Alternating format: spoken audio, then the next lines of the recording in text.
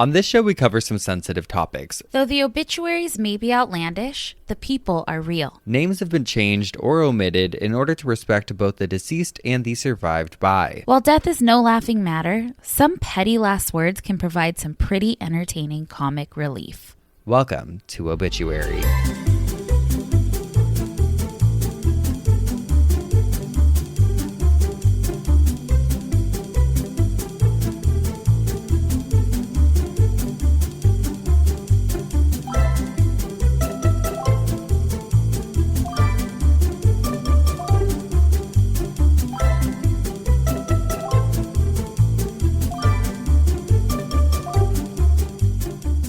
Welcome back to Obituary. I'm Spencer Henry. And I'm Madison Reyes. How's it going, Geoffs? Geoffs, this is a really exciting recording. Our first. Well, we did record a Patreon last week. We did, but this is our first. However, yes, our first official episode in Spencer's new house. Yes. In the new office. Yes. And I couldn't be happier. On a different couch. On a different couch that just makes more sense and is just better. So much more comfortable. And whoever has the old couch, I hope it brings you lots of success. It brings you joy, happiness, bliss. And a Blessings. nice place to rest your bones. Your boner. I hope you get railed on that couch. Ooh, me too. But you have to be pretty short, probably. That couch was small, remember? But it was like tall, I thought. It's tall, but not long across. Yeah. Yeah. Have to figure that one out. Yeah, I don't know. Can I just say it's a miracle and a blessing that we have made it to Thursday this week. Well, that you have. You've guys? had a week. You have been moving. I have been moving and shaking Girl. and quaking in my camo Crocs because, obviously anytime you move, it's like you're learning a new house. Every house has their quirks. Every house has their things. This house is mid-century, beautiful. Love it so much, but with a mid-century house comes mid-century plumbing, comes mid-century electricity, comes mid-century wiring, like all the things. And you're not in the mid-century. You have different different needs than someone in the mid-century would. But it is, I have to say, such a cool house, such a cozy house, so beautiful. It has such cool, it's an awesome house. I love it. Well, good, because you'll be here all the time. Yes, I will be. I have to just tell you guys, this is so candid. I just have to tell you though. So it's been just workers here constantly. Well, it started last week. I came on Tuesday. Oh, and the plumber was here. Yes, and we recorded a Patreon. So I know that that's kind of when it started. Well, it wasn't a real plumber. It was a handyman. God bless him. Nice guy. 3 days, 3 visits. Couldn't figure out what was going on. Towels. Yeah, used my towels to clean up toilet water. I don't know, crazy. Eventually get a real plumber in here and electricity goes out. There's just all these things that happen basically where every day there's been someone here working on the house. On Monday this week, there is an incident. So the internet had been out for 5 days. Well, so the plumber on Tuesday hit some lines. Yeah. Knocked out your electricity, Yes. Knocked out the internet. All the things. Yeah. All the things. And so someone came to fix the internet on Monday and I knew he was coming. And so I wanted to make sure that he had access to the side yard. So I go out there. We've been having plumbing issues. There is fecal matter in a solid form. Girl, there are turds. There are turds, girl. Where did they come from? How did they get out there? The pipes. Everyone has it goes sewage goes somewhere from your house, right? But the pipe leads outside, and if there's a clog or an issue, it can overflow and flow out. Oh, girl, that's what happened. Girl, it's TMI. It's sharing the most right now, but essentially, yeah, I don't know what to do, right? Because this guy's coming, and I'm like, this guy can't show up because the plumber was supposed to come later to fix it. I'm like, but the internet guy's going to get here first. I can't let him go to the side of my house and think that's how we live and just be presented by these turds. Your turds. I've never, no. I don't know whose they are.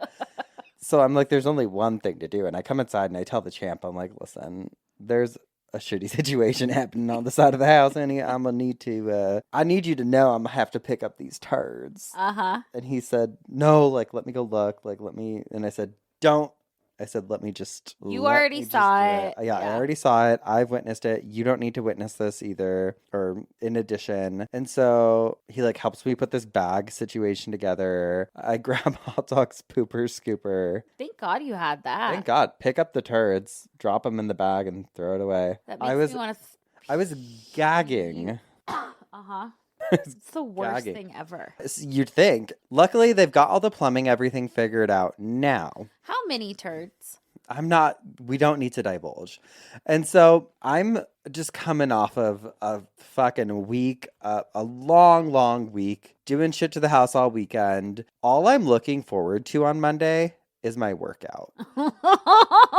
All I'm looking for, I am hanging on by a thread, you guys. And all I'm looking forward to is just going to the gym. Sorry, that's so annoying. I never thought I'd be that person. But no, but it's I'm like just the like, one thing to get it out. stress out, Yeah. get everything out. Yeah. I'm like, I'm going to fucking kill it today. Yeah. And so I pull up to the gym. Where's the gym? Where's the Girl, gym? where'd All it I'm go? seeing is a boarded up building. And I'm on the phone with Madison, a dilapidated boarded up building with scorch marks on the Who, roof. me? And I'm on the phone with Madison and I say, girl, the gym's not here, girl. I don't know what to tell you. And you're like, what? Because you had your workout at 11. I was supposed to go at 12. Yeah. And I had driven, also, mind you, after that shitty situation, I drove 40 minutes to get to the gym because I paid for the trainer through December. So best believe I'm like, I'm going to go through December. Yeah. And we never heard from the trainer. So we didn't know until he pulled up behind you and he was just as shocked. He pulls up next to me and he's like, well,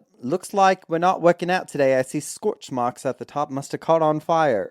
And I'm like, yeah, must have. I'm like, well, I'm on the phone with Madison. Should I tell her workout's canceled? He's like, yes. And then he texts us later and tells us it was arson. Somebody set it on fire, girl, and burnt it down. The inside is gone. Demolished. Yeah, he said the inside of the building is destroyed. I'll figure something out. In normal circumstances, I think I would have just been like, what? Oh my God. But I think I had just had such a day already that I was like, I can't believe this. This is like actually unbelievable. At first, I was kind of like, oh, hell yeah, I don't have to work out today. But then reality sets in and you're like, oh, wait. Like this just fucked up my whole routine. Yeah. So now our trainer is going to come to my house to train me. And I'm just and then going elsewhere. You're at this going point. elsewhere, yeah. Well, what I did, I was actually proud of this choice. I immediately went on my phone and I found like a workout at a gym down the street from the new house and scheduled it for that night. And I was like, I'm gonna fucking do it because I need to do something. And it ended up being really great. But I also want to talk about this really quick. I've been like trying to budget. Just because I've been talking to different people and I'm like, what do you do to budget? What do you do to budget? Like, I just love learning from people. And I had a meeting with a financial advisor recently and I was like, I think I'm going to start budgeting. And I decided I would like pull out some cash from my budget for just like my like spending money if I want to like treat myself. And after that gym experience, I was like, girl, I need a coffee. I need a little treat for myself. Okay. And so I'm like, I'm going to get a cold brew. And I had my cash. I was so excited. Oh, at the coffee shop that you like where you no longer live. Yes. Yes. So I drive down to by Betty Bungalow, that coffee shop. The street's all blocked off. Can't go there. God, it was just not your day. I turn around. I go to a different coffee shop. I'm like, hi, can I get a cold brew or whatever? She's like, yeah. I'm like, okay, finally, you know. So okay. I go to pay and she's like, ooh, we don't take cash.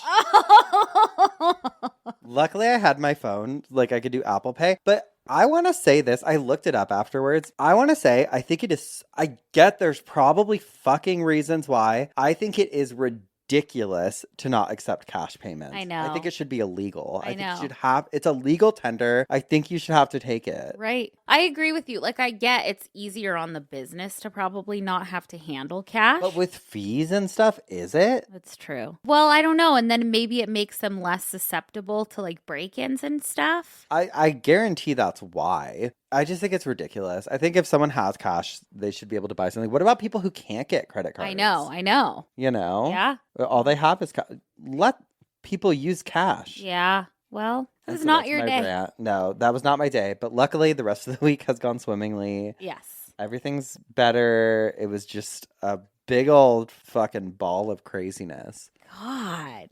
And I feel like we were sick forever. And And I got mad at you. You did. Well, because I was talking to my sister on the phone like 2 weeks ago, and she's like, I hear you wheezing every time I talk to you. Like, please, on the back of your insurance, there's a teledoc number. Yeah. Call it. And I did, and it was so easy. And I got an antibiotic, I got an inhaler, I got a cough syrup, like all of it. And instantly, after starting to take it, I started to feel better. And the doctor said, this has been going around. It starts out viral and then it kind of becomes bacterial, like you need an antibiotic. A really bad cold. Yeah. And so after I left you last week, She I called me. you. I was like, I know this is annoying because you were really going through it. I was like, I know this is annoying. You said, you sound horrible. I was like, yeah, you don't sound good.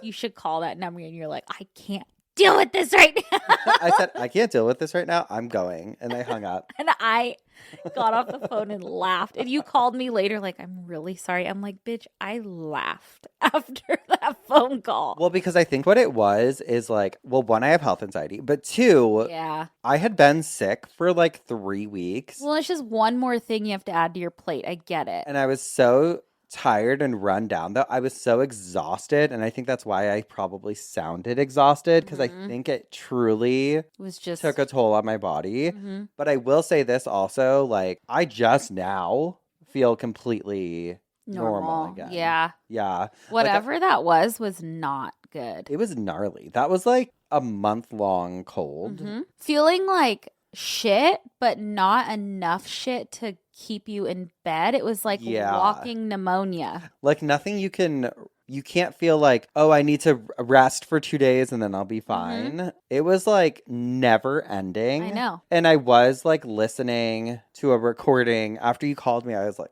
what? So I was listening to the Patreon because we had just recorded that. And then I was like listening to a different recording. I was like, yeah, I'm still kind of nasally. But I also had told you I had like a super bad migraine the day before and I used a nasal spray because I just felt like so much tension in my head. I was doing anything and everything to get rid of it. And I think that made me sound more, I'm already kind of nasally as a person, but like nasally that day. Well, how do I sound now? Do you want to fight? Do I sound fine now? Yeah, Okay. you sound great. You sound great. It's just been like one of those like annoying times where everything I know is going haywire, but I had therapy today, thank God. Yeah. And I just was telling her like everything. I was like, girl, because I didn't see her in a month. Wait, you want to know something crazy that happened to me today? What? I was getting gas. And I drove the van here. Uh-huh. It needed gas. And so the van. Yeah. Following. The van takes Okay, hold diesel. on. If you got pause, recap. If you guys are confused, Madison was driving here. Uh-huh. She needed to get gas, so she went to a gas station to get gas. You're missing something. Okay. That she was driving the van. Okay, yes. And the van only takes diesel. Yes. Surprisingly, kind of hard to find a gas station that has diesel sometimes. A lot of them don't. Yeah. So I found one on the way here, got my gas, put it in the thingy, the hose in the thingy, pressed it. And you know how you can like click it down so you don't have to hold it? Yeah. I heard it stop and I pulled it out and it was still clipped. I squirted gasoline all over the side of the van, probably like $15 worth. Damn. I couldn't figure it out. Were you like, oh my God? Yeah, I was like, fuck, like moving it around. And then I had to go into the gas station because I'm like, my OCD starts going like, okay, I'm on camera. What if they think I'm an arsonist? And so that's the girl who burnt down the gym. Yeah. So I went in there and I'm like, hey, your thing wouldn't unclip, so I squirted gas all over there. And were they looking like, they were okay. like, no, they're like, Oh, okay. We're going to go hose it off because it was a lot of gas. Probably smelled so good though. I'm not like, I like the smell a little bit, but I'm not. Oh, I love it. You love it? Yeah, I feel like I accidentally get it on my hand or something. I'm like, love it. Love it. Oh, that's true. I got you a candle that was like gasoline scent, Yeah. like a dirt bike thing. He's an addict. That's what it feels like. I feel like God. just a drug addict, but I am. Wait, Yes. I saw this thing yesterday, this like factoid Okay. Here she goes. about judges, and I thought it was perfect because we love a judge and a gavel. Did you know that judges, it's like this long-standing thing. Some do, some don't. But after they write out a death sentence, they break the nib of the pen. That just gave me chills. And I found Is there like a word for it? Well, I found an article on it on pulse.ng. It says 3 reasons judges break their pen after a death sentence. Wow. The tradition of breaking a pen after a death sentence among judges all over the world has deeply symbolic and historical meaning. Most judges write down their judgment and sentencing before reading it out, but whenever a judge gives a death sentence to an accused person, he breaks his pen. Why? It says special circumstances of use. The pen is broken to mean it has served its purpose. The pen was used to take a life and can't be used for any other purpose. A heavy heart, it means the judge feels somber about passing a death sentence, or the irrevocability of his action. So when judges do it, it conveys the finality and irrevocability of a death sentence, which cannot be reversed once imposed. Wow. Isn't that crazy? Yeah. I feel like if I were a judge, I would do that. I love that factoid. I know. So there you go. That's so interesting. All right. Well, I told you guys about my shitty situation. And speaking of, I think we should move into some assholes. Ooh, okay. And this first one says, am I the asshole for not getting a tattoo for my step grandpa? Okay. I have tattoos for all of my siblings. I also recently just got a tattoo for my grandma and my grampy. My grampy just died, and that's why I got his tattoo so soon. My grandma had the flower she drew for me ready when I was getting my grampy's, so I did hers as well. I am super close with my grandma, and I was super close with my grampy, and that's why I got tattoos for them. I went over to my grandma's house the other day, and she asked about hers, and I showed her, and then she asked where her husband, my step grandpa's, was. I told her that I didn't know if I was going to get one for him yet. Apparently this upset him. My mom called me the next day telling me that I made him cry, that I need to think about it because my actions have consequences. And now they're all upset with me because I said I didn't know if I was going to get one for him yet. I also will say I'm not getting a tattoo for my mom and dad due to us not being close at all. I'm not getting one for my grandparents on my dad's side because I hardly know them. I was planning to get a duck for my step grandpa, but now I don't know if I want to get one at all as I'm feeling pressured into getting one. Am I the asshole? Wait, it's so funny because it's like, I don't know. I guess historically, I know tattoos are not a big deal anymore, but historically, you know, parents are like, don't get a tattoo. Yeah. Like, don't do that. Don't do that for your grandpa. Don't. And it's like it's reversed. Yeah, they're like, do it. Yeah, they're like, do it. How I don't dare think you? the asshole if not. I don't think so either. And I mean, it's a permanent thing. And who cries? Who Come cries? on. Who does that? That's crazy. What happened to men hiding their emotions? Honey, I Okay. know. I'm sick of it. A little too vulnerable if you ask me. Crying? Oh, please. Oh, what are you, a girl? No, but don't cry over that. That feels crazy. Yeah. If I was a grandpa, I'd be like, cool. Well, guess who's not getting an inheritance? That's fucked up too. Oh, well. Your grandpa just be like, yeah, you don't have to do that. Yeah. Okay, this next one, though, is I chose because it's like, I think this episode's going to come out right before Christmas. Mm-hmm. And so it's kind of Christmas themed. Ooh. It says, am I the asshole for taking my niece to court over a coat? Oh, shit. First impression. First impression? Yeah. You're an asshole. Okay. It says, I, 28 female, have a niece, 16 female. She's my sister's only child. My only sister's only child. 2 years ago, I married a very wealthy man, 34 male. Good for you, girl. Good for you. I bet he doesn't cry. Because of the pandemic, last Christmas was my first with my in-laws. My mother-in-law gifted me a coat that is worth more than $20,000. I saw her wearing it, asked where she bought it, and she said it will be my Christmas gift from her. Like, she bought her a new one. Mm-hmm. I didn't know how much it was. I knew it was expensive, but I thought maybe $3,000 at most. I was visiting my sister last January. When my niece saw it, she Googled the brand and showed me how much it really was. And I won't lie, I didn't wear it after that because I was afraid of ruining it. Last week, I wore it while visiting my sister. While I was putting it back on to leave, I felt something go splat on my back. Splat? Then my niece started cackling and the smell of paint hit me. Mind you, her niece is 16. Okay. I was so pissed off, and she was not apologetic at all. Her mom screamed at her and said she was grounded, and then said she will pay for the dry cleaning. It's like, dry cleaning is not going to fix paint on a jacket. Is this like a mink coat? Who knows? While I was in my car, still in shock by the way, I got an alert that my niece posted a reel. It was of her doing a prank on me. And she said, I'm going to hit my aunt's $20,000 coat with a paint-filled balloon to see how she reacts. I saved it on my phone, sent it to her mom, and told her that a week's grounding is not enough. She did not reply, but I saw that my niece took it down. It got less than 5 views by then. The next day, I found out my coat cannot be saved, so I called my sister and told her that her daughter has to pay it back. Oh. Well, we got into an argument, and she said they will not be paying it, and if I wanted a new one, I should get my husband to buy it for me. I think they should pay for it. They can afford to. In my opinion, they should sell my niece's car and pay me back my money.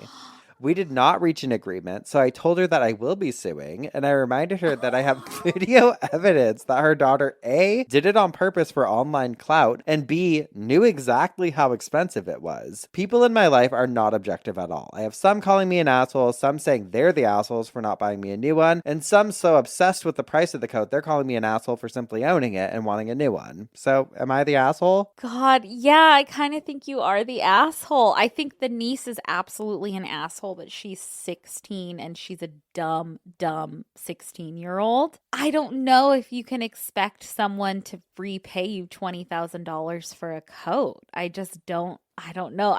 You're like, bitch, I'm suing you. That's your niece. I don't know. I know. It's hard. Like, think if Leo did that or whatever. But for... You sue him? You said, yeah. He's one. See you in court. No, I couldn't sue Leo. But here's the thing. I don't think she's an asshole because I think the niece is a little bitch. Yeah. And I think throwing the paint, because here's the thing. She didn't just do it. She filmed it and put it online. Like, she wanted to do that. And it's like, okay, what I would do is be like, okay, they're going to have to come work for me in order to earn that back or something. Or I'd be like, they need some severe... I probably wouldn't sue, but... I do love If I think of it as Leo, I could never obviously sue him. But like, if you think of it just in this person's, like, reading this person's story, I'm like, fuck her. Like, fuck your niece. No, I know. It's hard because there's a part of me that loves this woman. Like, she's walking around in a $20,000 coat, gets paint thrown on it, and then sues her one and only niece. Like, there's a part of me that just loves her. And I think that's part of the reason I'm on her side is I'm like... She has every right to be pissed. She does. But to legal fees and shit, like, what? I know. That's true. But there should be, like... She has to pay him back. I don't care if it takes 10 years. However, but she said the family could afford it, though, too. And that's the thing. But let me put it into this perspective. Uh-huh. Let's say it was a mink coat. And let's say the niece was, like, obviously against fur and animal cruelty. And That's was like a belief thing. That's not doing a prank for fucking reels. Yeah. No. I mean, the 16-year-old needs to be grounded for 2 years until she's 18. You know what? Don't sue her. Make your own reel or TikTok. Yeah. And throw her under the bus. Yeah. Karma. And get all the views that she was trying to get. I mean, I know money is relative for people, right? Well, but some people, a $20,000 jacket is nothing. They're like, oh, okay. To me, I would not even be comfortable wearing a $20,000. No. That would make me feel crazy. Unless. Unless someone wants to give me one. Hello. Unless we get the financial compensation to enjoy the finer things. I in life. know. Then talk to me. But for right now. Right now he's trying to pay for cash places, okay? The irony that in that closet, You do. I have a floor-length mink coat that I have to explain. My grandma had this beautiful. I know. It's so horrible. It's horrible. My mom has some mink coats and like mink stoles and stuff just from her grandparents. And like, I remember like on special occasions she would wear it, even though she also has a armadillo purse. Yeah, when she was in Africa. But obviously, these things are horrible and horrific. Oh, we're against it. I think it's terrible. But when it's vintage passed down from your grandparents, it's like, shit, what do you do? My grandparents always had this mink coat, and it was always in the wine cellar at their house because it was like temperature controlled or whatever. And you have cedar closets here, right? Yeah. When I was little, I was gay. I'd always go into the wine cellar and I'd try on her mink fur coat, and I was like, I love it. And they knew. Really sweet for Christmas. One of my last Christmases with my grandpa, he gave me the mink coat. Not to one of the females in your no. I'm like one of the only boys too. And I got the mink coat. That's so you. And I love it. I love it too. I don't wear it, obviously. It's just more like it was like a family thing. Like I just love that I have it. Yeah. But I obviously don't support animal cruelty. God, no. So terrible. But catch me in that. If someone throws paint on it, they're getting sued. I'll tell you. Okay, you need to respect this mink. Okay. I should actually just wear it to Christmas this year. Hi, everyone. Hello. Yeah. Things have changed a little bit for me. As a New York Times bestseller, I just give everyone my book as a gift. I mean, it's Our a great book. book. Yeah. What the fuck? Sorry, I forgot you were in this. Damn. Oh, I've gotten so many DMs, very sweet, about like you moving. Like you have? I don't even know if I've gotten a lot of DMs God. about me moving. Like, hey, I got one that was really sweet. Like, hey, I got my mom into the podcast and she's really worried about you. Like, how are you? Like, how are you going to do with Spencer? I'm like, oh, I'm fine. I told her, I was like, it's 25 minutes as opposed to 5 minutes. It is not a big deal. No. Well, it took you like a fucking hour to get here today. I know, girl. Well, I was spraying gasoline all over everything, so. Oh, man, I know. It is hard. It is hard. It's different. It's an adjustment, but I'd say we're doing very well. We're figuring out our routine. We're rolling with it. Also, like Madison and I, obviously we saw each other every Thursday, but there were some weeks where we only saw each other on Thursdays, but like we talked on the phone every day. And so please know that that is still happening. Honey, a couple freeways isn't going to break this bond, okay? Okay, this is for life, honey. And okay. I'm currently in the midst of trying to convince Madison to move here. I know. I'm like, your sisters live here, I live here. It just makes sense. And so hopefully I'm manifesting that happens by the end of the year. You got a couple weeks. End of next year. Yeah. No, I know you love your home, but I also think it just really makes sense for you to live here. I don't know if that'd be good for, well, I don't know. Champ might get tired of seeing me. Yeah, but then if you live here, I just go to your house too. Oh, yeah. We'll work something out. We'll figure it out. We just got to get you next door. What if we got a safe house? In the middle. What if we got a bachelorette pad? We get an apartment together. Hey, we have to work. Yeah. We're writing another book. We just gotta hunker down together. Sorry. Let's do it. Just be in fur coats. Yeah. Hell yeah. Oh my god, wait. Oh wait, no, that was my second Am I the Asshole? Wait, so is she the asshole? I mean, she is an asshole, but I like her, but also you don't. Oh, you know what this is probably? And everyone sucks. Yeah. But she sucks the least, in my opinion. Yeah, she's 16. And, like, honestly, I mean, I made plenty of mistakes at 16, okay? I went to rehab. At 16. That wasn't a mistake. No. That was good. That was a blessing, honey, That was good. I would have been just a dumbass criminal. Yeah. Damn. Okay. All right. Well, I hope she gets another coat. I know. I hope you don't sue. I mean, if you do, I hope it's on like Judge Judy or something so we can watch it. I hope you win, girl.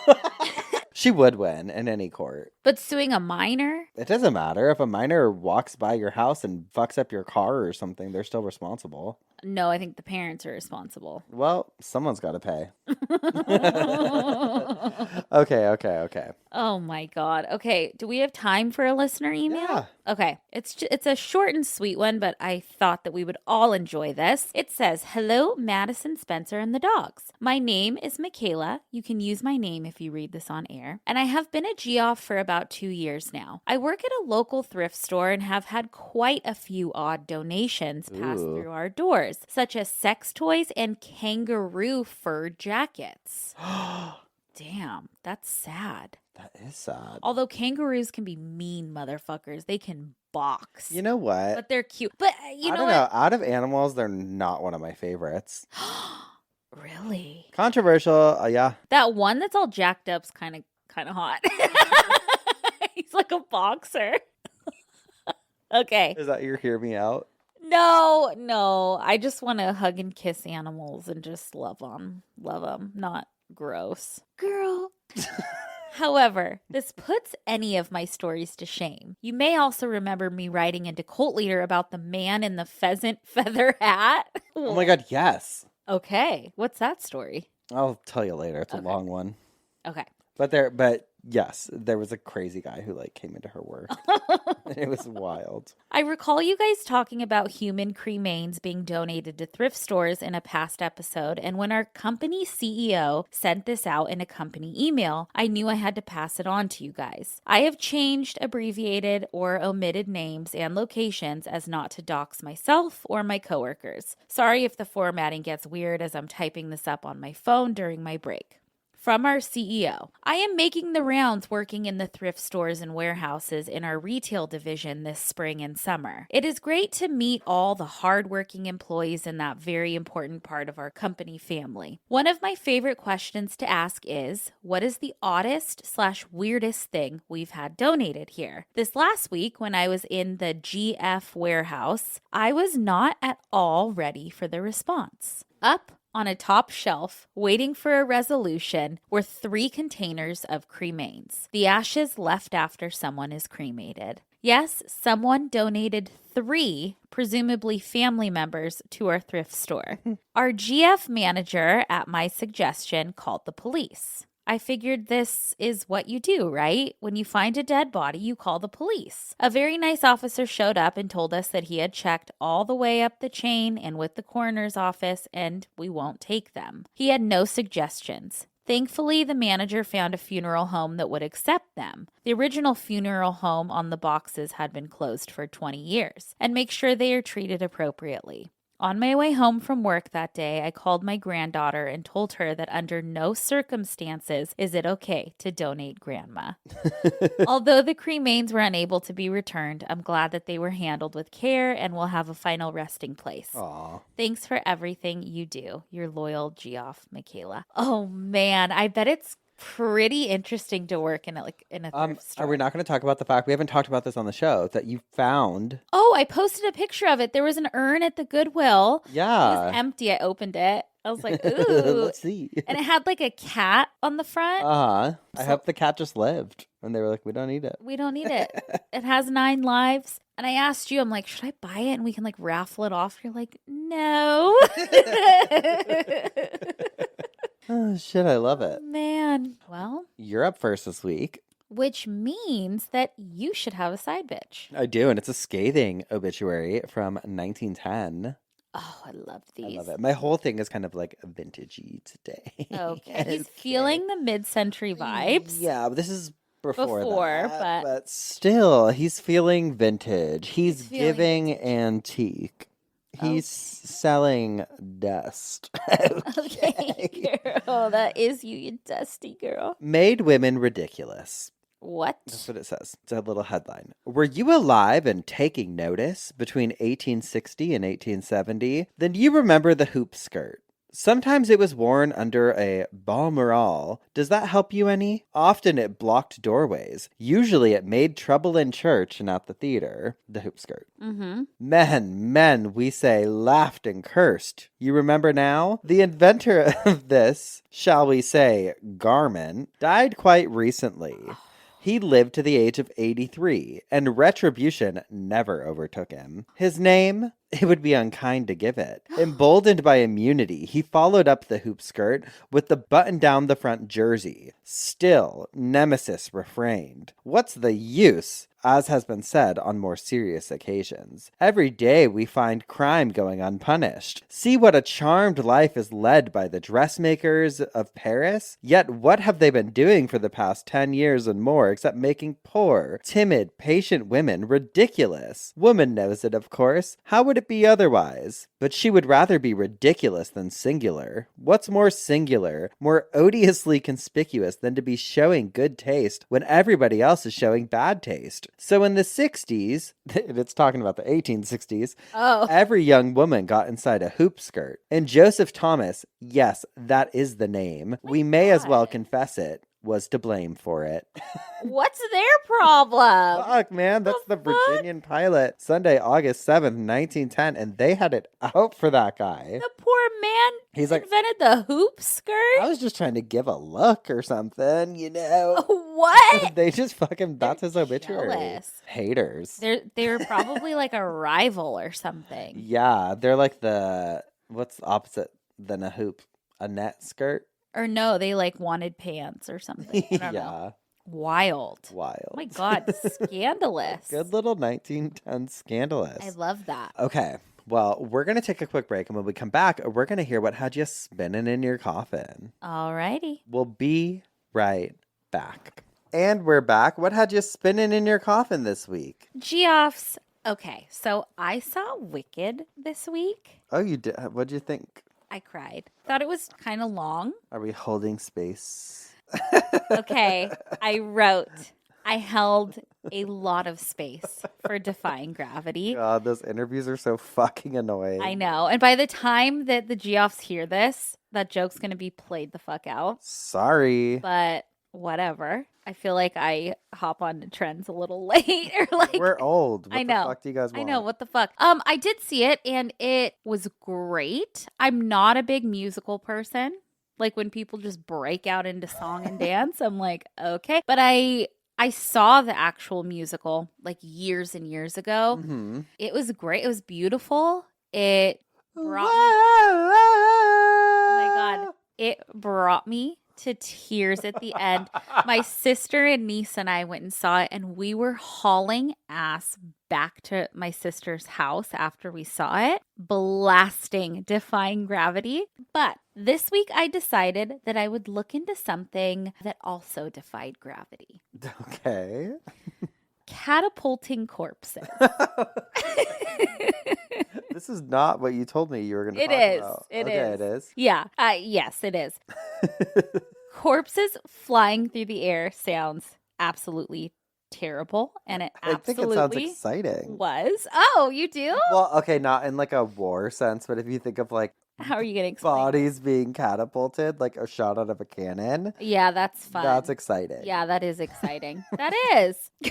Literally the act of essentially throwing a dead body, making it airborne for a very terrible reason is what I'm going to talk about. This coffin spinner isn't going to be like a sweet ode to some tradition with a sweet meaning that we've never heard of. Like I think of like Famadiana, like taking the bodies out and dancing with them. Yeah. Like that's sweet. Like this is not sweet. This is not sweet. Okay. Instead, the airborne corpses have everything to do with biological warfare. Perfect. A light topic. A light topic for Christmas, for the holidays. Happy holidays. Everyone's like, yeah, I listen to this podcast sometimes. You guys should check it out. Driving home from Christmas, they're They're like, what the Biological fuck is this? warfare. Yeah. So, if you don't know, biological warfare is also sometimes referred to as germ warfare. According to the World Health Organization, quote, biological and toxin weapons are either microorganisms like virus, bacteria, or fungi, or toxic substances produced by living organisms that are produced and released deliberately to cause disease and death in humans, animals, or plants. And there are hundreds of examples, unfortunately, of humans using biological warfare as a tactic to win battles and wars, injure or kill their enemy, and secure land, ultimately. Okay. During the Trojan War, this is 12th century BC and it's Greek mythology, but it's said that they would dip their arrows in poison,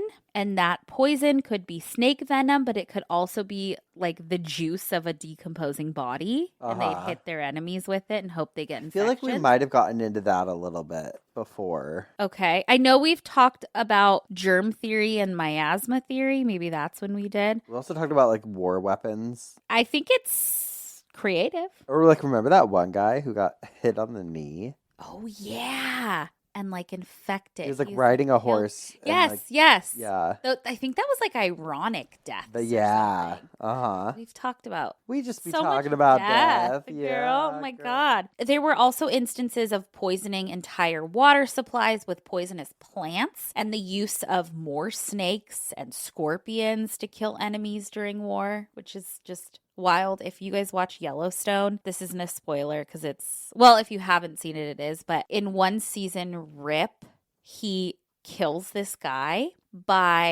he has a cooler and this guy's like out fishing. Uh-huh. And he's like, hey, like, catch this. And he opens the cooler up and throws a rattlesnake at this guy, kills him. It reminded me of that. But we know now more about germ theory and miasma theory. Again, if you want a refresher, I talk a little bit about it in the episode where I went over the first cremation ever. And obviously, we know much more about these theories today, but the history just continues to be wild. So I want to talk about 3 different instances of biological warfare using corpses. Okay. So the first one is the Siege of Thun-l'Evêque, and this was in 1340. Thun-l'Evêque is in northern France, and during this time in France, there was a war happening. It was only about 3 years in around 1340, but this war is known as the 100 Years' War. It lasted from 1337 to 1453. Basically, this war was England and France fighting over who should rule France. King Edward III thought that he had a right to the French throne because his mom was the daughter of a French king. But the French were like, no, you're already the king of England, girl. Like, we want to be independent from England, and having you rule us would not be okay. So this sparked a war for over 100 years. Got it. But with a war, especially one this long, there are many different battles and sieges throughout. So this one, the Siege of Thun-l'Evêque, is interesting because it is a documented case of using corpses during warfare. So English forces were occupying Thun-l'Evêque. So the Duke of Normandy was like, let's go get these English guys out of this town in France. Yeah. They rolled up to the town with 6 siege engines, including trebuchets, so like catapults. And they started hurling shit onto the roofs and all over this town. Okay, so picture this. So it is in the dead of summer. It's fucking hot. It's 1340. So you have no AC and your shelter is just being hit with a shit ton of objects, including dead pigs, dead sheep, the smell. and dead horses. They're catapulting horses? They're catapulting horses. Jeez Louise. These dead animals were hurled, not only destroying this town, but making it smell incredibly horrific and a potential disease risk. Not so much the actual corpses, but the flies and rats and pests that came along with the decomposition process was like taking over the town. The English ultimately surrendered in that instance. Gnarly. Okay, but not as gnarly as the next one. It's the Siege of Kaffa. in 1346. This was 6 years later. We have probably the most infamous use of biological warfare documented. So we have the Mongols, who were a powerful empire from Asia. They were actually led for a long time by Genghis Khan, and we talked about his bloody funeral procession and unknown grave last episode. Yeah. Well, in the 1300s, the Mongols controlled a lot of land. So they controlled some parts of Asia, some parts of the Middle East, and some parts of Russia. And then we also have, it's the people of Genoa, the Genoese. Uh-huh. But my translator saying Genosha or something. So Hanoja. Hanoja? Yeah, that's what it was saying. That's what it was saying. We don't know. So we have those people. They were a group of Italian traders who controlled Kaffa. Like traders, as in they were trading stuff, or They were traders trading as in stuff. betrayal? No, they were trading stuff. Okay. Kaffa is now in modern day Ukraine. It's right by the Black Sea. So this area was an area that Europe and Asia used for trade.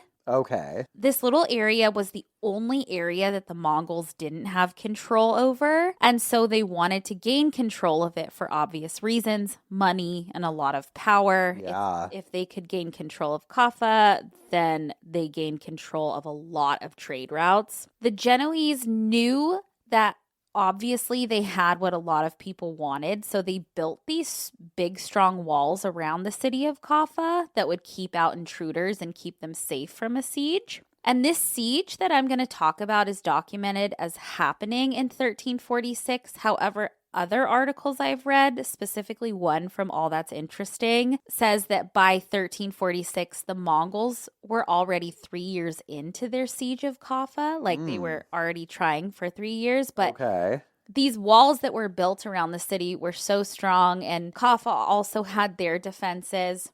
Remember those walls of Bill? Baby, they're tumbling down.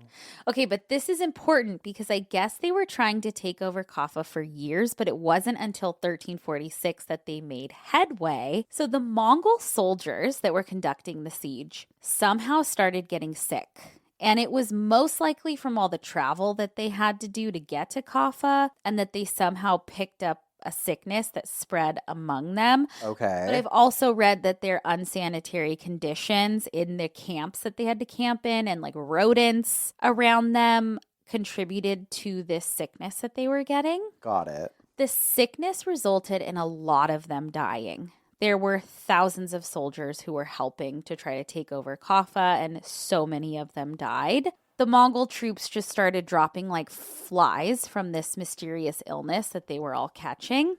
So the living Mongols decided that it was best to catapult all of these diseased dead bodies over the walls around Kaffa. Oh my God. A quote from All That's Interesting I have to read because it's like vivid. It says, quote, "What seemed like mountains of dead were thrown into the cities, and the Christians could not hide or flee or escape from them, although they dumped as many bodies as they could in the sea." Gabriele de Musi, an Italian notary who wrote an account of the siege, explained. "And soon the rotting corpses tainted the air and poisoned the water supply, and the stench was so overwhelming that hardly one in several thousand was in a position to flee the remains of the Tartar army." It goes on, "As it happened, among those who escaped from Kaffa by boat were a few sailors who had been infected with the poisonous disease. Some boats were bound for Genoa, others went to Venice and to other Christian areas. When the sailors reached these places and mixed with the people there, it was as if they had brought evil spirits with them. Every city, every settlement, every place was poisoned by the contagious pestilence, and their inhabitants, both men and women, died suddenly." Okay, but do you want to know what that mystery illness was?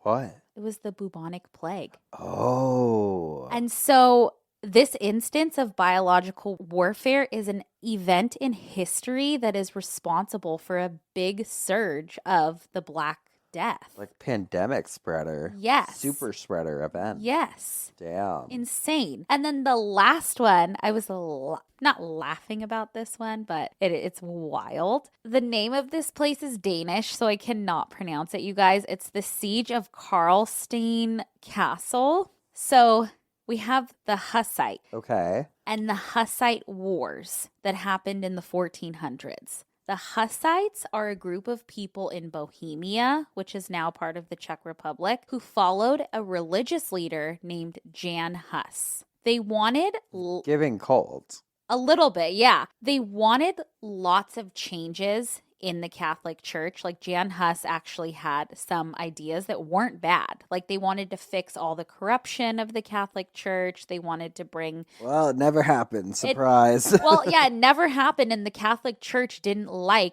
that this group was forming and that Jan Hus was the leader. And so they ended up burning him alive, which led to a civil war called the Hussite Wars. So all hell breaks loose. Okay. And there's a ton of civil unrest. There's an instance in 1419 where the Hussites threw Catholic Church officials out of a window in Prague. Defenestration. And it is known as the first defenestration of Prague. And what's defenestration, Spence? It's when you throw someone out of a window. Yes, Spencer talked about it at one of our live shows. Okay, but I need to talk about the biological warfare that the Hussites rained down on the Karlstegen Castle. This castle is still standing and it's absolutely beautiful. It was built by King Charles V in the 1300s. It's huge, Gothic, and I guess it means a ton to Roman Catholics. King Charles was the Holy Roman Emperor and commissioned this castle to be built to be almost like a fortress that could house him, but also sacred relics and the crown jewels of the Holy Roman Empire. So Love. big deal. So the Hussites knew this and were like, we're going to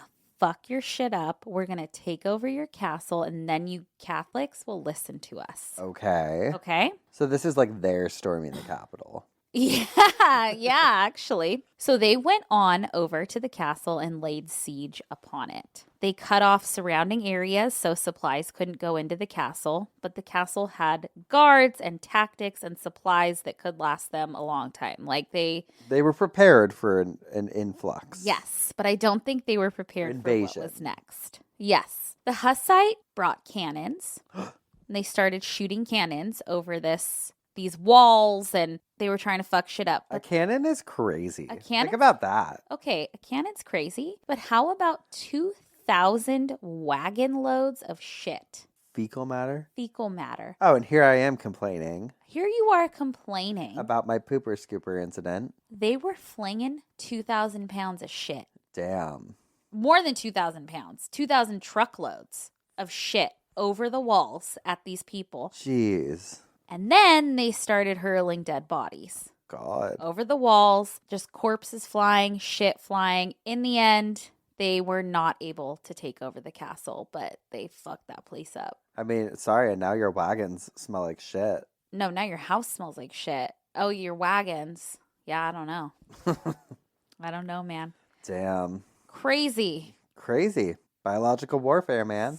I mean, it's sad. I would not want to be No. flung. Oh my God, no, unless it's for fun. Unless it's like a circus act, you guys, then okay. The champ was talking about composting something. Mm-hmm.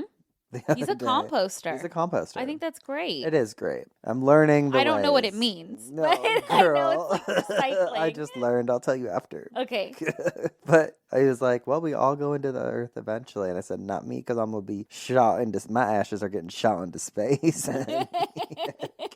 Oh, my friend unfortunately just lost a relative, and she is going to get tattooed with his ashes. I love that. I know. I love that. I love it. Oh, like, wait, I have a full story to tell about this. What? I'll save it. I want to get in my coffin sooner, Okay. but I'll save it for next week. But remind me next week to tell you about Thanksgiving. Oh, shit. Oh, shit. Okay. I'll tell that story next week. Yeah, okay. Okay. Because I feel like we're in this. We're in this. Oh, yeah, we're in this. And I don't want to get too sidetracked. Oh, we got to take a break. Yeah. So we'll take a quick break. And when we come back, I'll tell you what had me spinning in my coffin. Okay. We'll be right back. And we're back. Spencer, what had you spinning in your coffin this week? Ooh, I'm so cozy in my coffin right now. I know, me too. We just brought in big blankets. We're just having Cozy. the coziest time. And it's dark. I love it. It smells like good Christmassy in It here. Okay, for my coffin spinner this week, I went down a very strange rabbit hole. What's new? And it's probably, honestly, I feel like it's one that is better suited for Halloween, but I'm like, hey, this is obituary. Honey, yeah. Halloween is a year-round affair. A construct. Yeah, we're not sorry we don't fit into your societal norms. Yeah, girl. Big card industry. Oh, we're the biggest consumers. Are you kidding me? I'll be consuming it. Yay! He had to put himself on a budget, and he's Yeah, still girl, I'll consuming. be consuming. Anyway, what was I talking about? Okay, I was actually on the hunt for a dumbass criminal when I stumbled this, because sometimes I'll go around episodes a different way, and I do like my coffin spinner last or something. And I was looking for a dumb criminal when I came across the story of a woman named Elsie Reynolds. Okay. Love the name Elsie, first of all. I do too. So cute. Elsie was this self-proclaimed medium in Los Angeles back in the day, and she had all the neighbors talking about her. And eventually, all of Los Angeles would come to know her name because by the late 1880s, she was making headlines. 1880s? Yeah. Oh, I love it. Okay. Yeah, so picture back, old Los Angeles. Hoop skirts, honey. Hoop skirts. Okay, so plenty of times on here and on Cult Leader, we've discussed the rise of the spiritualism movement in the 1800s. And so it's no surprise that in the late 1880s, newspapers were infiltrated with mediums offering their services. But some certainly became more renowned than others, like Elsie Reynolds, who in addition to doing private readings, began hosting these large seances attended by many Los Angelinos. Ooh. Similar to the infamous Fox sisters in Rochester, Elsie would use the rapping technique that a lot of people used back in the day. What was that? They go... No, just kidding. No, it was, think of it like an audio Ouija board. So basically, she would ask the spirits a question, and then she would read out like A, B, C, D, and if the spirit knocked on that letter, she would use that letter and then either repeat for the next letter or use it to lead the crowd. Like, what does this spirit's name start with? A, B, H, I, Oh, J. wow. And if they knocked on J, she'd be like, does this resonate with anyone? And say someone's like, yes, that's my husband. Well, let's be real. In the 1880s, I feel like every man was named John. So Yeah. it's like, and that's historically accurate. John Joseph Jingleheimer Schmidt. Don't look it up. If we say something's historically accurate, It's never it's historically Just kidding. accurate. Oh. Okay. Sometimes she would use like a traditional Ouija board with like a planchette. And one of her What's a planchette? the little thing. Oh, the thing. Okay. Yeah. Okay.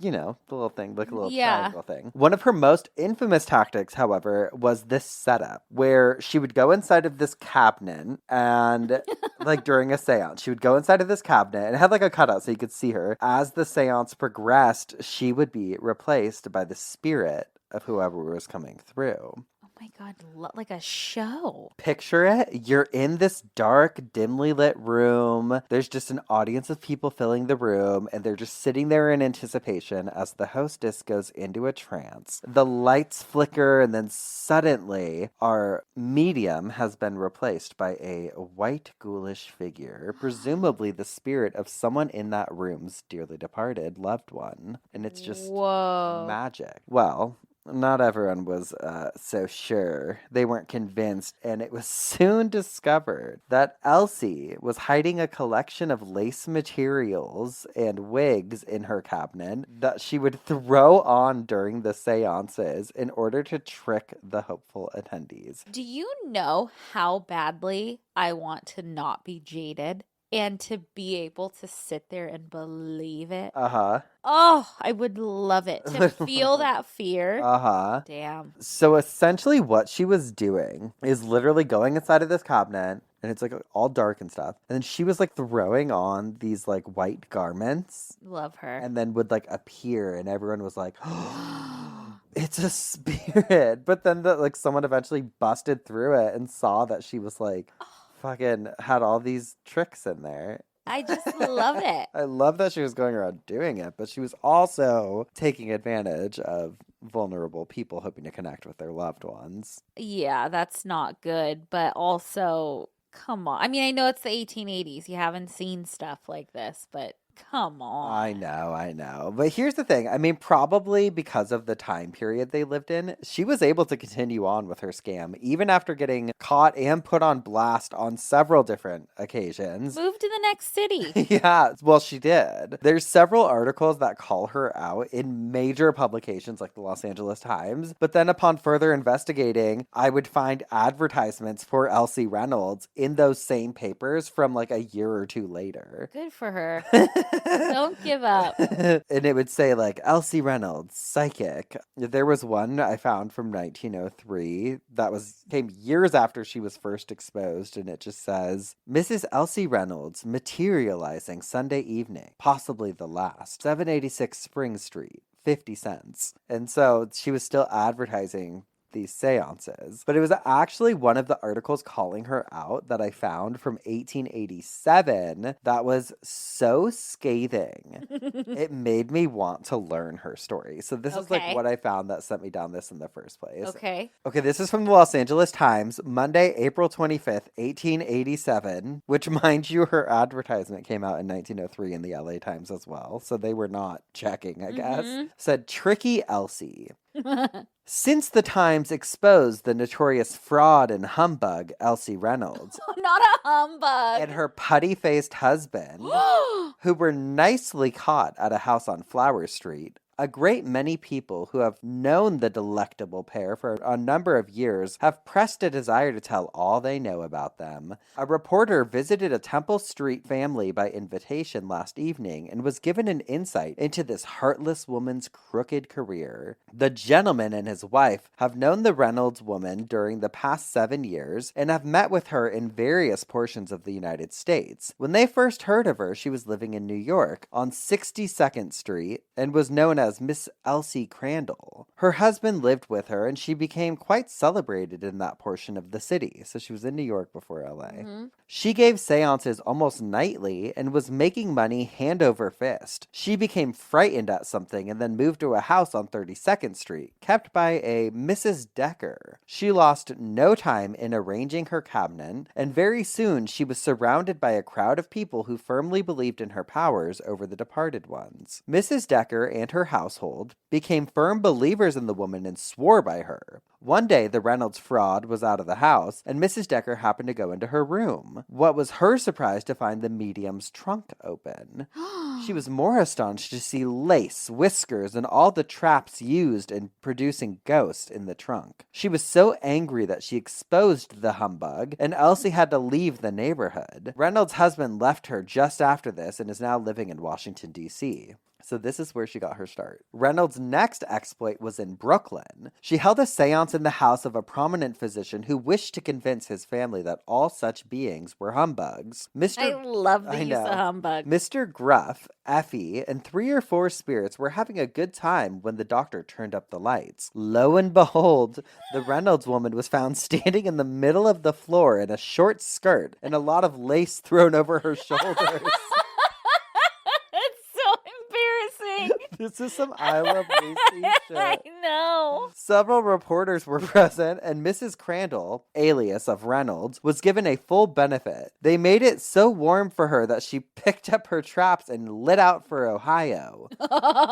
So she fucking gets caught there with her pants down. Yeah. Fucking books it to Ohio. I would too. She settled in a little place called Clyde, and for some time she was on top of the heap, but a few of the sensible people got together and put up a huge job. They built a cabinet, which was so arranged that 2 or 3 people could look into it from the back part. She was invited to hold seances, and for several weeks they gave her full sway so that she could have the perfect condition to them. When the proper time came, they all took a peek at her, and what was their surprise to see the old trickster was hard at work, changing everything from Mr. Gruff to Effie, and from a lace girl to an Indian queen. She had a pile of lace, false beards with wire frames, Oh my etc., God. which looked as though they weighed a ton. The cabinet pulled down and the ugly old woman was arrested for fraud. Ugly old So she had disguises in there I love that. so that, like, if a man was trying to come through, she would just throw it on. It's Yeah. just fucking... Good for She sounds like her. entertainment. I know. Talent. She and her son, Harry Crandall, who was working with her, were incarcerated. In some way, they escaped one dark night in a terrible rainstorm, and Elsie made her way to the southern states where she swindled people right and left. So she was put into jail in Ohio for being a fraud, Oh my and she God. fucking escaped. Oh my God, I love her. And that's when she went to the South. After 4 years, she made her way to Kansas City and was carrying things with a high hand when a few reporters got together and exposed her in the most approved style. They threw dye on her, and when the lights were turned on, it was found that almost all of her ghostly apparel had been destroyed. Oh no, that's fucked up. From there, she made her way to San Francisco and was next caught after she had surrounded herself with a band of sloggers. The reporters caught her again, and she had to seek new fields. As is known by the readers of the Times, she came to this city, to Los Angeles, and was exposed through the efforts of this paper. A short time ago, she visited a family named Brown in San Bernardino. It seems that the elder Brown became very much infatuated with her, and his sons made up their minds to open his eyes. They persuaded him to send for her, and again a cabinet was erected in a private house. She held several seances there, when the young Browns turned the lights on, and instead of a vanishing spirit, the form of old Elsie was discovered in an almost nude state, standing trembling in the middle of the room. She's always caught in the She middle of the is room. Going through it. During her checkered career, she's visited almost every city in the United States, and it's said by those who knew her that she has been exposed in almost every one. The creature who calls himself her husband, which is why are you calling for him? Fucked. Visited San Diego recently, so it is almost certain that the good people of that city will shortly have a dose of humbug. She's a little menace, and I live for her. Fucking live for her. She's a showman, and She's all an you icon. people that tried to fucking dull her shine. Yeah, let her do it. You know what? And if you don't let her, she's gonna find a way to do it. She's gonna do it, okay? And so, I mean, surely you would think an expose like this would tarnish her career. Mm-hmm. But there's another layer to this. Oh no. Okay, we're not done. There's not a ton of information out there about her, obviously, because this was such a long time ago, but also shocking to me because she's such a character Mhm. that I'm like, we A movie needs we to need be a made. movie. Yeah. We need the Elsie story. Or like, I just want to write a book about her. Yeah. Okay, so I came across this story about Elsie, and this is from almost a decade later. Okay. After this. This is from the Los Angeles Herald, November 1st, 1906. Medium screams at dark lantern. That's the Okay. headline. Mrs. Elsie Reynolds, materializing medium, ventriloquist, and lighting exchange artist, Whoa. gave a Halloween party last night, ending in a free-for-all fight in which Mrs. Reynolds' friends and representatives of the city's detective force and the Anti-Faker Society had a tug-of-war over a bunch of ephemeral gauze enshrouding the ample proportions of the hostess. Okay, is she naked again? Well, Mrs. Elsie Reynolds, seance for full forms to friends only, 743 South Broadway, was the way the invitation read, and it would have been quite as successful as any function gracing the society columns this morning if, that if. Mrs. Reynolds did not know her friends, in spite of the fact that they each had to be personally recommended by someone inside her inner circle. The affair was one of a series with which Mrs. Reynolds has been entertaining several times a week lately for the sum of 50 cents per head. No promises as to how many spirits for 50 cents. The guests began arriving about 8 o'clock, and by 8:30, the double parlors occupied by Mrs. Reynolds were filled to the limit. As guests arrived, he or she was greeted by Mrs. Reynolds, who gave the visitors places in the circle according to their faith in her powers. A few of the old-timers were placed near the cabinet, while a young man and woman who furnished their experiences in this article were relegated to the back room. Mrs. Reynolds made no secret of the fact that she wanted no strangers and that she wanted none who have not come with the right motives. They have run so many people out of town already. I guess I'm the only phenomenal medium who's left. Girl, you've been run out of every town. And I intend to stay all winter if they'll let me, she said before entering the cabinet. I have to be careful whom I admit, she confided to a friend while she was selling papers and taking subscriptions. There's a good many strangers here tonight, and the harmonies may not work very well. The medium disappeared behind brown plush curtains. Soon, a voice was heard that called out, "Is that you, little one?" From that time on, Elsie held conversation with various persons in the room, calling each by name and joking with some in the most up-to-date fashion. "That young fellow with the curly hair who's here tonight, hello there." The boy responded, and Elsie thought his voice sounded as if he were talking in a telephone. "You must think I'm a hello girl," she responded, and as she joked with the first one and then another in anything but a spiritual manner, they responded in tones of love and faith. There were tiny shriveled women in the room with a world of faith in their voices, and they heard Elsie, and even when her voice cracked hopelessly, they did not recognize its source. Oh, God. Well, I can't believe there was an anti-faker society. I know. I'm going to skip parts of this article because it's really long, but it says like a sister appeared before somebody else, but the sister was really coming through for a man in the audience who was actually a detective. It said the sister had come from the spirit land in spite of the fact that Mr. King's sisters are all living and well. She cried so much she had to go back into the cabinet, but promised to return again. So she would like come out from behind the cabinet in all these disguises, I think, and go around the room. And then people would do shit like turn the lights on, and she's like, "Oh, oh my God. Oh my God. I see a little leg. Ow, ow, my card is out." Okay, but wait, there was some drama that went down that night. No, it's fucking wild. I think it was that detective. Yeah, so one of them flashes a lantern at her during it, and that's when she screamed and a fight broke out. Quote, "It was all done so quickly that no one realized until the gas was turned on and a dozen men were fighting for possession of the medium. One of the men pulled a gun and made a wild dash at the heap of heads with the butt of it. The aim missed, and the blow instead came down on the head of another person there, leaving him with an ugly gash and a stream of blood trickling collarward." God. So, like, this huge fucking fight broke out during the middle of the seance. Because all these separate entities wanted to arrest her. I don't know if they wanted to arrest her or, like, they were all just coming for, I don't know. It was just like an absolute Chaos. fucking mess, and I want to come back with a part 2 because I found a couple more people that are similar to Elsie. Wait, I love this. I want like a series. I just love her so much. I want to know so badly what happened to her. I'm going to personally just keep investigating this. Yeah, like, did she die? Well, of course. She has probably since passed. Yeah. We don't know, actually. Actually, yeah. She might be in that cabinet. Yeah. But I just love that she did this, like, This show. Oh, it's all in good fun, too. It brought comfort to people, I'm sure. Let her do her little song and dance. But Don't turn the lights on her.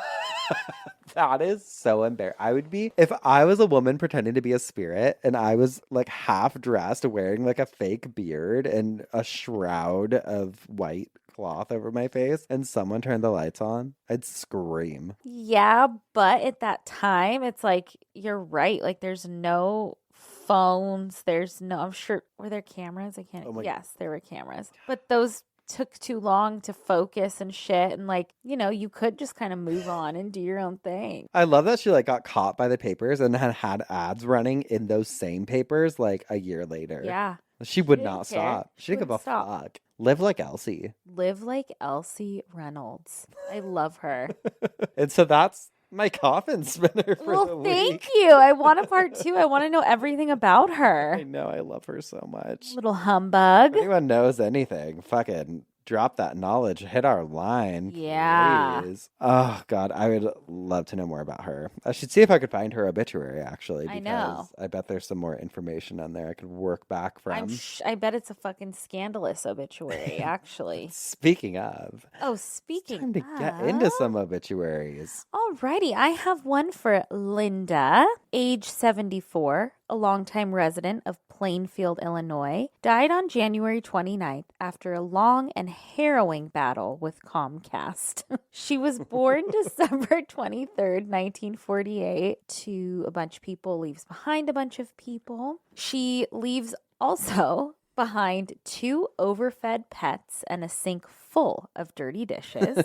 Linda was a homemaker and good witch who was a founding member of Gilltown Incorporated. She will be forever remembered for her liberal use of free speech, pioneering winged eyeliner, and intricate pranks played out with friends and relatives. Linda loved curating beautiful things, tending her plants and flowers, and feeding her hummingbirds. To balance this, however, she was also a believer in Twinkies and daytime court shows. She detested housework, bureaucracy, and nitwits. Same girl. I know, girl. On October 8th, 1967, Linda married renowned musician and bootlegger Jack Townill, and they proceeded to cause trouble together for the next 47 years. They enjoyed spending warm days in the garden where they told funny stories and cracked jokes to their children, grandchildren, and friends. At Linda's request, there will be no funeral or memorial service. Instead, she asks that friends and loved ones visit their local conservatory in her memory. In lieu of flowers, memorials to the Chicago Botanic Garden, or crank phone calls to local politicians would be appreciated. I love it. I love her. Oh, she sounds like a good time. I know. She's a good witch. A good witch. Who do you got? Okay, I have one that's a little more somber. Okay. But it is Christmas themed, and it's from 1915.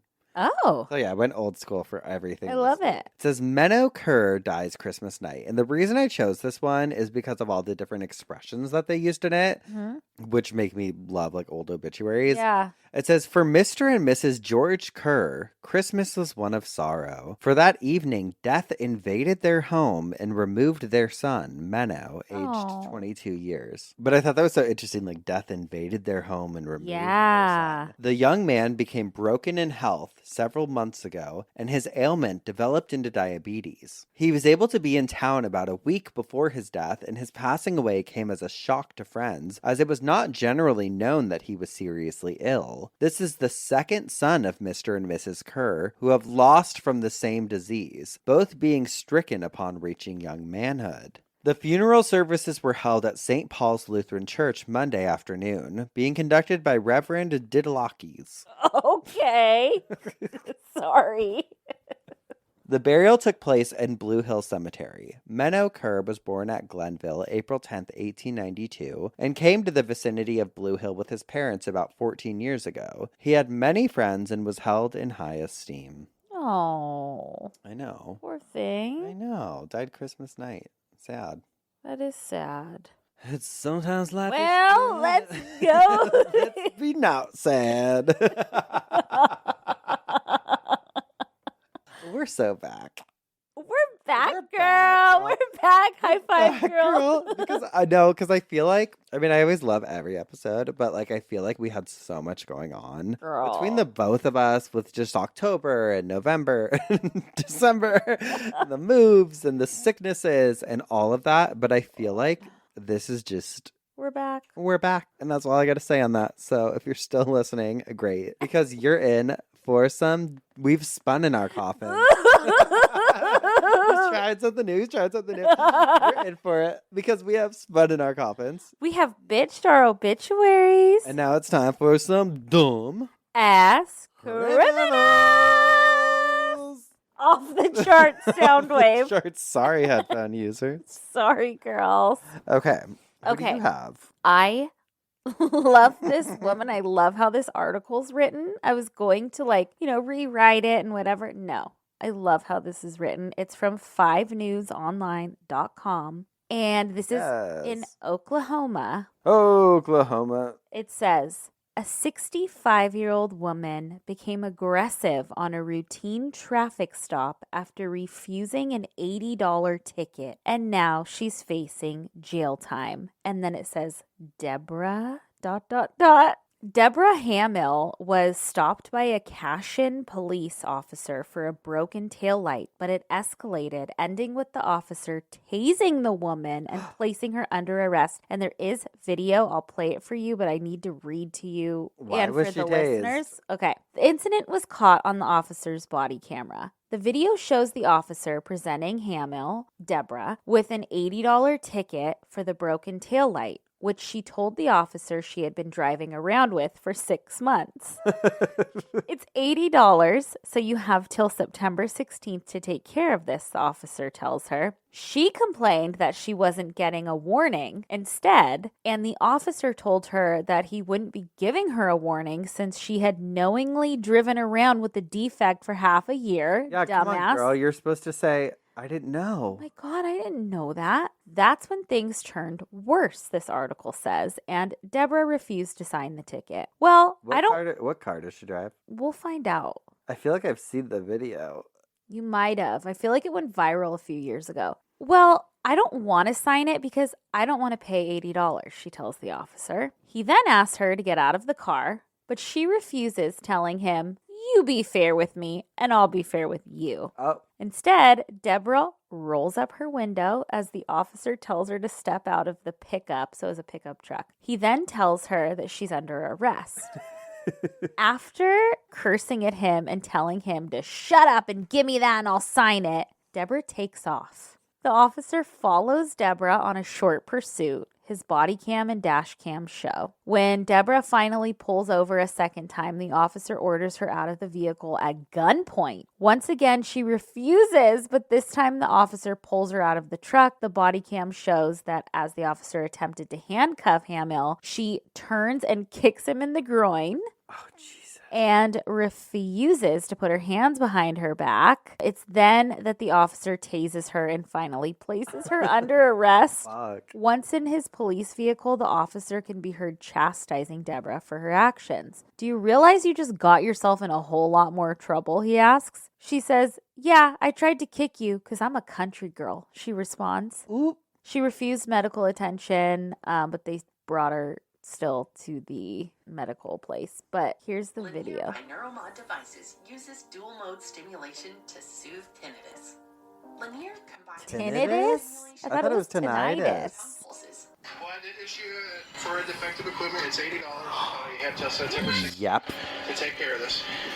Get you to sign over the Exodus. So you don't even give a warning for this? You've been driving around for 6 months like that. I'm truthful. Well, I'm not going to give you a warning for something you've been driving for 6 months. Deborah Hamill not willing to pay up. Well, I don't want to sign it because I don't want to do $80. You don't want to sign it?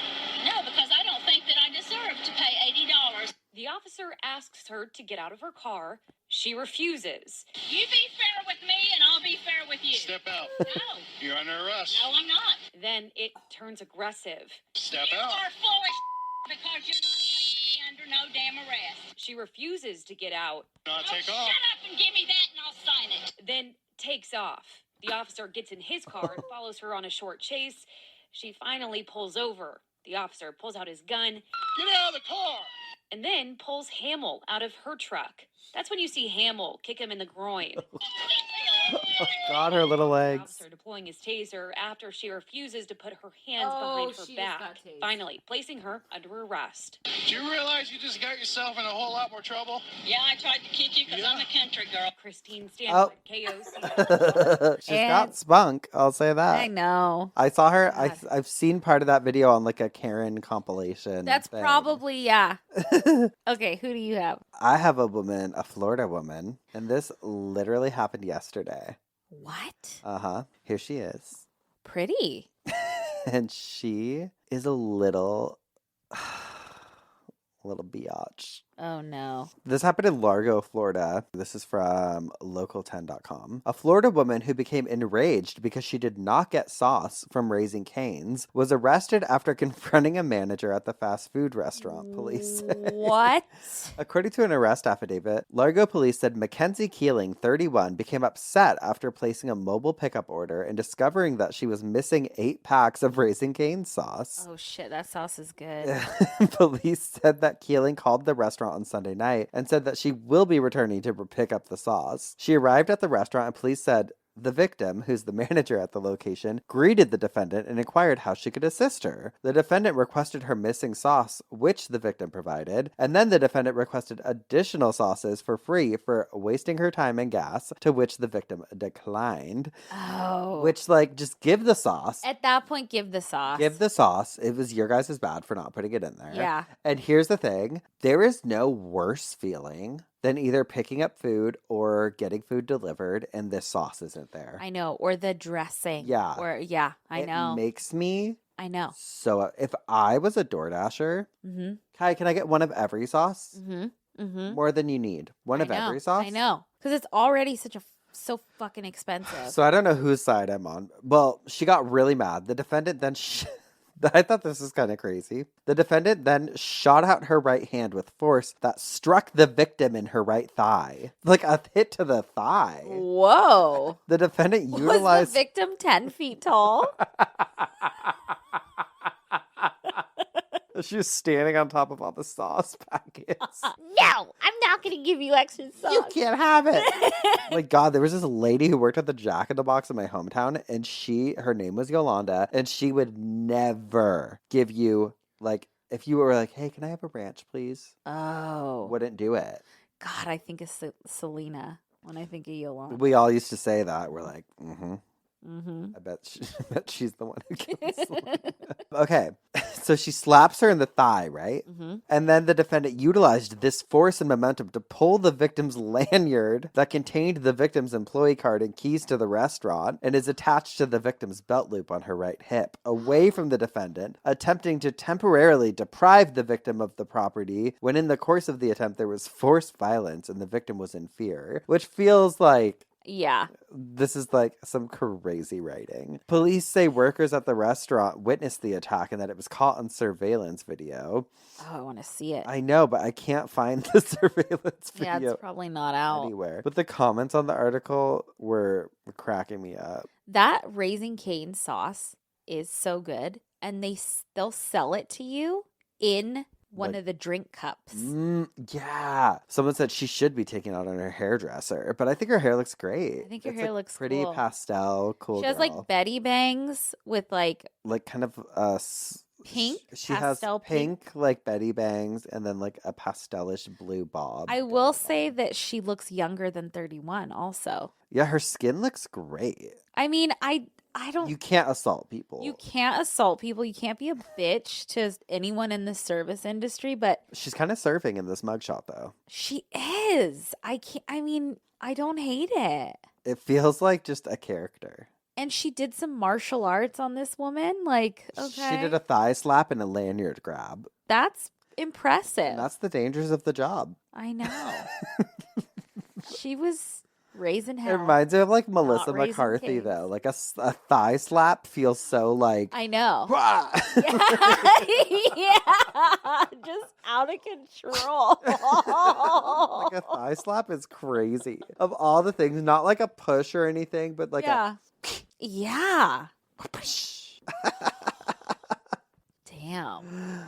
That feels like she got so mad and couldn't control and She's just just like threw her arm. slap this woman's thigh. Well, you know what? Oh God. Well, What are you going to do? what the fuck are you gonna do, you know? Oh, well. Well, Girls.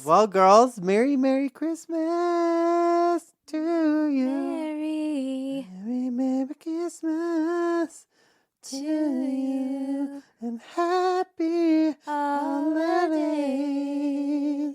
Really want to thank you guys on a real note for a really, really good year for us. I don't think this is going to be the last episode. No, there's one that comes out on the 26th. Oh, okay. But I'll okay. thank you guys anyways right now. Yeah. I want I do too. But I just Thank you. Well, no, what's crazy is that our listenership went up almost 50% this year, wow.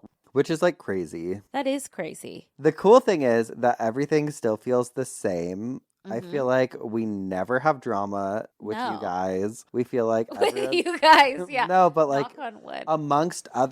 amongst between some podcasts have like very toxic audiences, and I feel like I we're know. very lucky You guys are the coolest. to just have like fucking well-rounded, interesting, cool people. Truly. It's So- crazy. I mean, you've been doing this so much longer than I have. 84, yeah. 84 years. And the cult babes, I say this, I've said this before, like the cult babes welcomed me with open arms and have been so incredible, and they've always been incredible to you. And then we have the G-offs and now it's vice versa. Like a lot of people find obituary first now. the gossip Gossipers? bridals. The gossipers? Gossipers. I was I reading forgot the it- reviews you got- last night. We forget about Gossip's Bridal, honestly. I love her. We loved her. We had so much fun with that. And oh well. So actually, no, a lot of people did come up to us. I and- know. And people have told us in person That on they a love lot it. of occasions that they love Yeah. Gossip's Bridal. But we always forget because we are not good at plugging things, which is probably our biggest downfall, because we also wrote a book, Obituary, the Big Hot Book of Death, and that's out. You guys, that's out. You can buy it, the New York Times bestseller. Oh, I have to tell you, our friend Angel, Cisco's, Oh, yeah. he sent me a picture of the book. He's like, Maddie, I went into, he was like, I was at the Glendale Barnes and Noble. Oh, And I went in and he took a picture of it. And he's like, I was so happy to see it in person. oh. And then on it, like handwritten, it gives like a synopsis of us and everything. It's Really? cute. Yeah. So I wonder if there's a G-off that works there. Oh, hi, Gia. I'll show you the picture. My siblings, so I went to Palm Oh my Springs for gosh. Thanksgiving, and I just remembered that too. My sister sent me and you a picture Of them. of them at the Barnes and Noble, and they were in Palm Springs, and it's in the best of hardcover gifting nonfiction. Oh, I didn't look at that. I saw the picture, but I just looked at your cute siblings. Yeah. Oh my God. I didn't notice either. I actually didn't even respond to the text, but my sister told me when I was there, it's in like best of hardcover gifting. Oh, hell I yeah. thought it was so cool. Wait, I want to see this synopsis. I want to see Look what did this. It's got to be a G-off. What'd they write? Obituary by Spencer Henry and Madison Reyes. Spencer and Madison ask and answer all the death-related questions we're too embarrassed to raise. Lots of heart, humor, great standalone read, and a hit for fans of the podcast. That just gave me chills. I don't know why. that I just so think it's so cute? cool. Like I can't believe this world is real for us at all. I know. It doesn't feel real. How cool. Well, love you guys so much. We've taken enough of your time, but we'll be back next week with some more coffin spinners And obituaries. and dumb Ass criminals. criminals. Goodbye. Goodbye.